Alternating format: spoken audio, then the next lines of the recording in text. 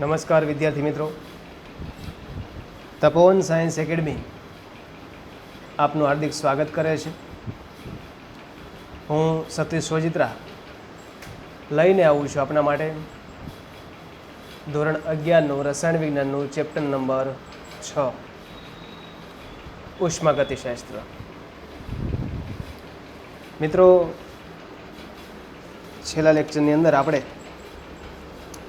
યાંત્રિક કાર્ય પ્રતિવર્તી પ્રક્રમ વિશે માહિતી મેળવી. આજના લેક્ચરની અંદર આપણે પ્રશ્ન નંબર 15 લઈશું. કાર્ય અને ઉષ્માગતિશાસ્ત્રનો પ્રથમ નિયમ સમજાવો.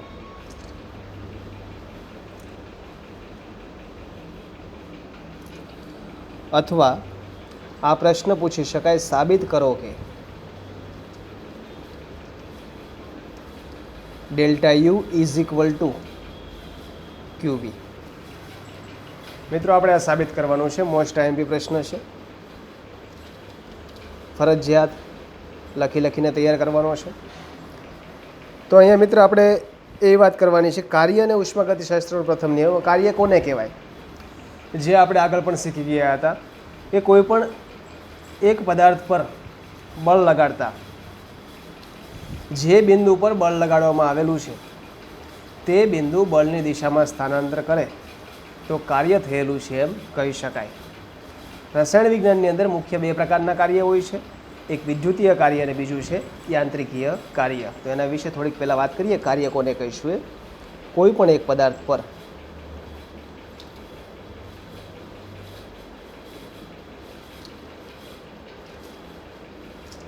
બળ લગાડતા જે બિંદુએ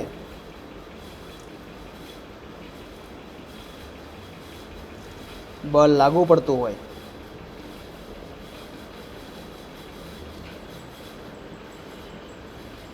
તે બિંદુ બળની દિશામાં ખસે તો કાર્ય થયેલું છે તેમ કહેવાય. એટલે કે કોઈ એક પદાર્થ છે, પદાર્થના બિંદુ પર કાર્ય કરવામાં આવે છે, આ પ્રકારે બળ લગાડવામાં આવે છે અને પદાર્થ જો બળની દિશામાં સ્થાનાંતર કરે તો કાર્ય થયેલું છે એમ કહેવાય. રસાયણ વિજ્ઞાનમાં કાર્ય મુખ્ય બે પ્રકારના, એક વિદ્યુતીય કાર્ય અને બીજું છે મિત્રો યાંત્રિકીય કાર્ય. રસાયણ વિજ્ઞાનમાં કાર્ય મુખ્ય બે પ્રકારના છે, એક વિદ્યુતીય કાર્ય અને બીજું છે યાંત્રિકીય કાર્ય. જે પ્રણાલીમાં આયનો વચ્ચે પ્રક્રિયા થતી હોય એના માટે વિદ્યુતીય કાર્ય મહત્વનું છે. તો વિદ્યુતીય કાર્ય ક્યારે મહત્વનું છે? પ્રક્રિયા કોના વચ્ચે થતી હશે? આયનો વચ્ચે. તો જ્યારે આયનો વચ્ચે પ્રક્રિયા થાય ત્યારે વિદ્યુતીય કાર્ય મહત્વનું છે. અને જો પ્રણાલીમાં પ્રક્રિયા દરમિયાન લાગુ પાડેલા બાહ્ય દબાણની ઉપસ્થિતિમાં કદનો ફેરફાર જોવા મળે તો યાંત્રિક કાર્ય મહત્વનું છે. એટલે કે બાહ્ય દબાણની અસર હેઠળ શેનો ફેરફાર થશે? કદનો ફેરફાર થાય ત્યારે મિત્રો એવું કહી શકીએ કે યાંત્રિકીય કાર્ય થયેલું છે. એટલે આયનોની અંદર જો પ્રક્રિયા થતી હોય તો વિદ્યુતીય કાર્ય છે. જ્યારે બાહ્ય દબાણની અસર હેઠળ પ્રણાલીમાં કદનો ફેરફાર થાય ત્યારે યાંત્રિક કાર્ય ખૂબ જ મહત્વનું હોય છે. હવે જો રાસાયણિક પ્રક્રિયામાં વાયુરૂપ પ્રક્રિયક સંકળાયેલા હોય અને અચળ બાહ્ય દબાણ હેઠળ પ્રક્રિયા થતી હોય તો મોટાભાગની પ્રક્રિયામાં કદનો ફેરફાર થતો જોવા મળશે. આ પ્રકારની પ્રણાલીનું કદ પ્રક્રિયા થતાં વધતું હોય તો પ્રણાલી દ્વારા કાર્ય થાય છે અને જો ઘટતું હોય તો પ્રણાલી પર કાર્ય થાય છે એવું આપણે કહી શકીશું. એટલે વાત કરીએ છીએ કે ધારો કે રાસાયણિક પ્રક્રિયા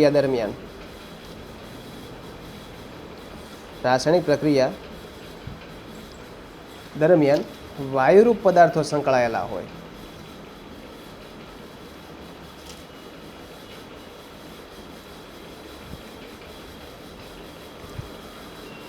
અને અચળ બાહ્ય દબાણ હેઠળ થતી રાસાયણિક પ્રક્રિયામાં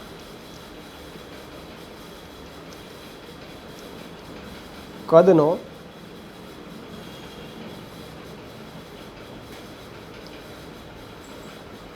ફેરફાર થતો હોય છે. બરાબર છે. કદનો ફેરફાર થાય તો બે શક્યતા હોય, કા કદ વધે અથવા શું થાય, કદ ઘટે.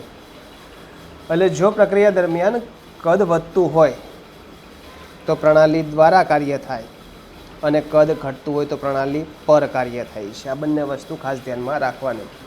પ્રણાલી દ્વારા કાર્ય થાય એટલે પ્રણાલી પોતે જે છે એ કાર્ય કરે છે, એના કારણે સંકોચન ઘટે અને વિસ્તરણ વધે એટલે કદ વધે. પરંતુ પ્રણાલી પર આપણે બાહ્યતમ રીતે પ્રેશર આપીશું એટલે કદ શું થશે, ઘટશે. એટલે પ્રણાલી દ્વારા અને પ્રણાલી પર કાર્ય આ આપણે નક્કી કરી શકીએ મિત્રો. તો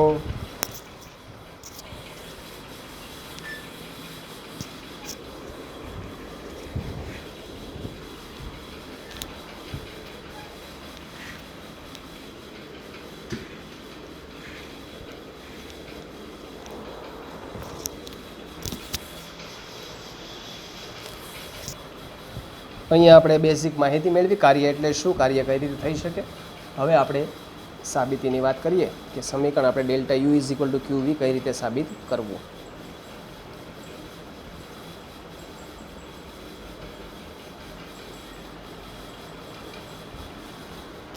તો મિત્રો ધારો કે કોઈ એક પ્રણાલી છે એનું પ્રારંભિક કદ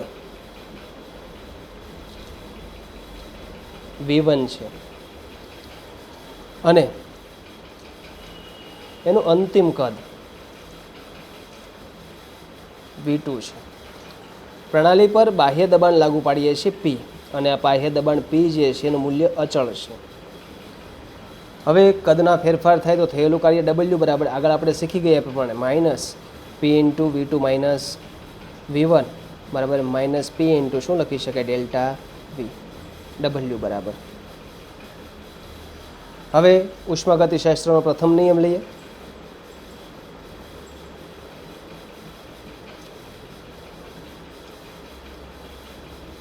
પ્રથમ નિયમનું સંજ્ઞા સ્વરૂપ અનુસાર delta U is equal to શું લખી શકાય, ક્યુ પ્લસ ડબલ્યુ.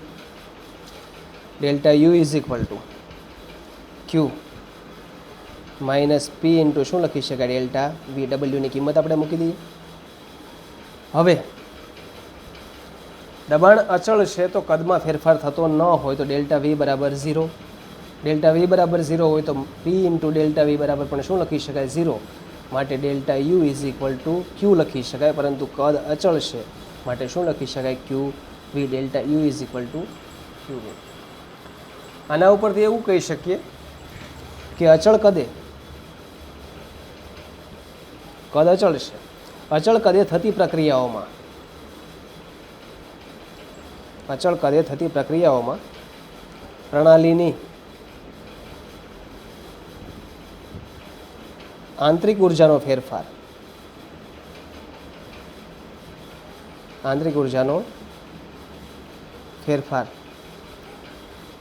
નું મૂલ્ય પ્રણાલીએ ગુમાવેલી કે શોષેલી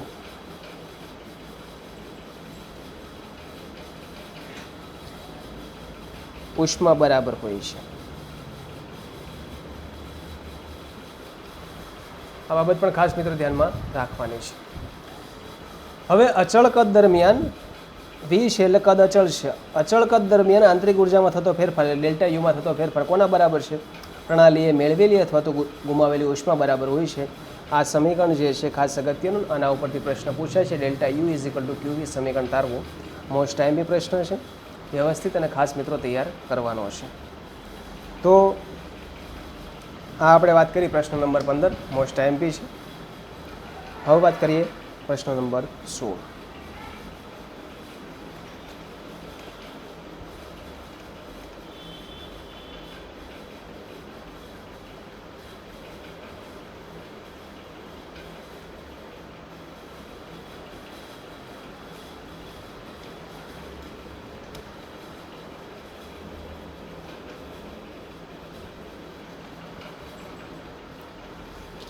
પ્રશ્ન નંબર 16ની વાત કરીએ તો એન્થાલ્પી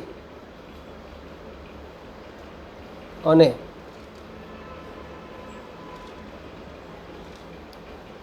ઉષ્માગતિશાસ્ત્રનો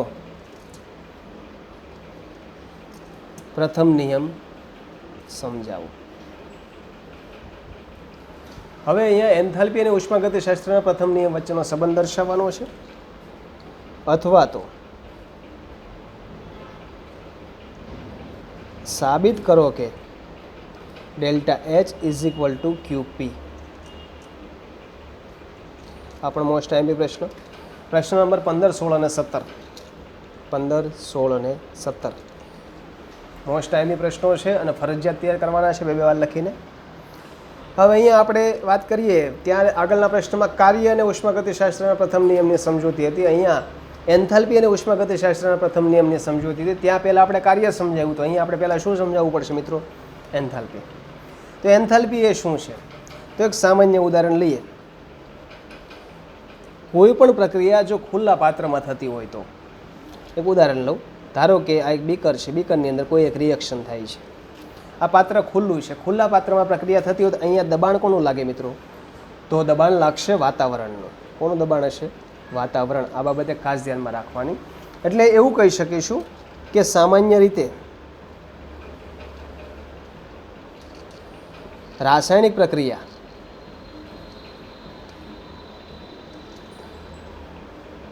ખુલ્લા પાત્રમાં અને અચળ દબાણ હેઠળ થાય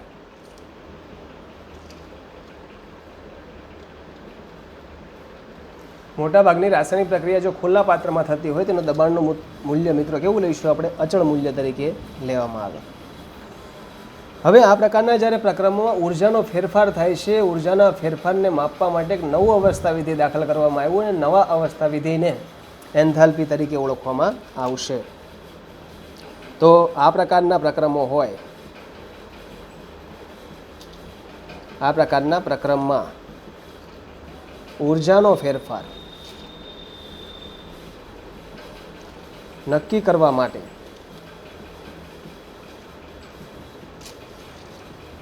નવું અવસ્થા વિધિ દાખલ થયું.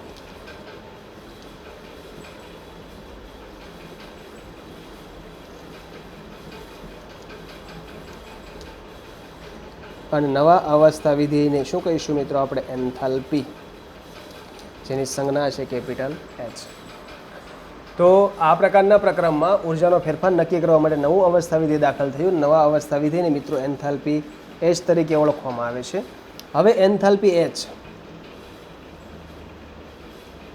અને આંતરિક ઉર્જા યુ વચ્ચે સંબંધ દર્શાવતું સમીકરણ લઈએ.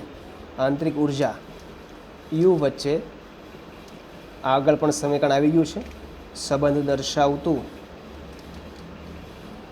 સમીકરણ H is equal to U plus P into V. આપણે વ્યાખ્યા પણ ત્યારે એવી જોઈ હતી કે એન્થાલ્પી એટલે આંતરિક ઉર્જા તથા દબાણ પી અને કદ વીના ગુણાકારને આપણે આંતરિક ઉર્જા એન્થાલ્પી તરીકે ઓળખીએ છીએ. હવે એન્થાલ્પીનો ફેરફાર લઈએ તો ફેરફાર delta U is equal to delta H is equal to delta U plus delta P into શું થશે મિત્રો? વી.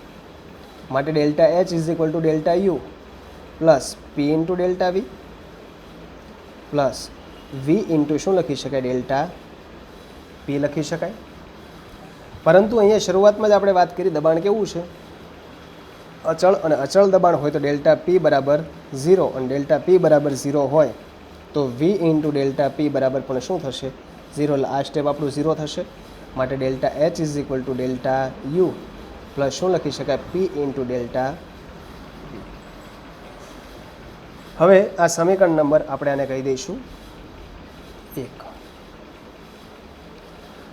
હવે આપણે આગળ શીખાય એ પ્રમાણે વાત કરીએ.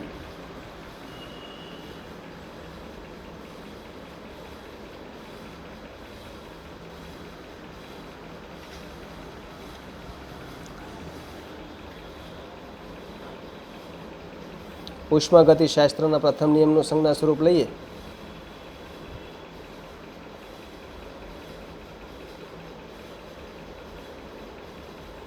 સંજ્ઞારૂપ સમીકરણ જે આપણે હમણાં જ લખ્યું હતું એ ફરીથી લખીશું. Delta U is equal to Q plus W, જ્યાં ડબલ્યુ બરાબર શું હતું? માઇનસ પી ઇન્ટુ ડેલ્ટા વી.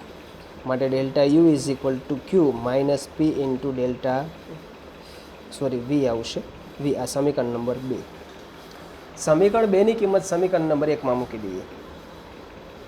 સમીકરણ 2ની કિંમત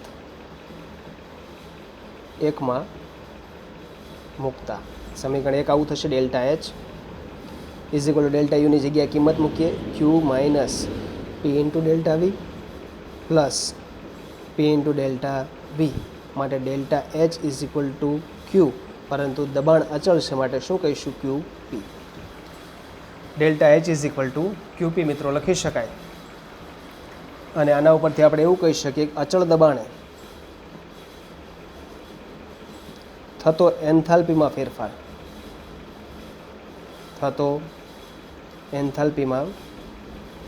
ફેરફાર, એ પ્રણાલીએ ગુમાવેલી કે મેળવેલી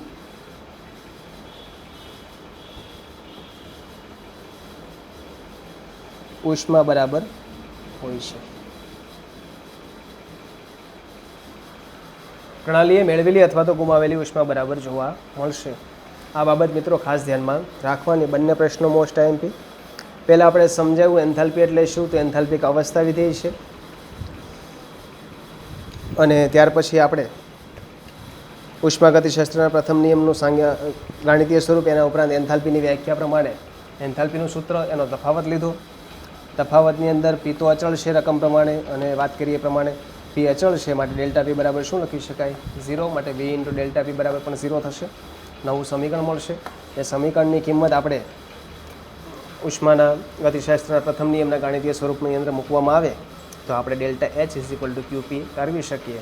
આ બંને પ્રશ્નો મિત્રો મોસ્ટ આઈએમપી છે, એટલે વ્યવસ્થિત આપણે મિત્રો આ બંને તૈયાર કરવાના છે. લખીને સાબિતીનો સ્ક્રીનશોટ મિત્રો પાડી લેવાનો.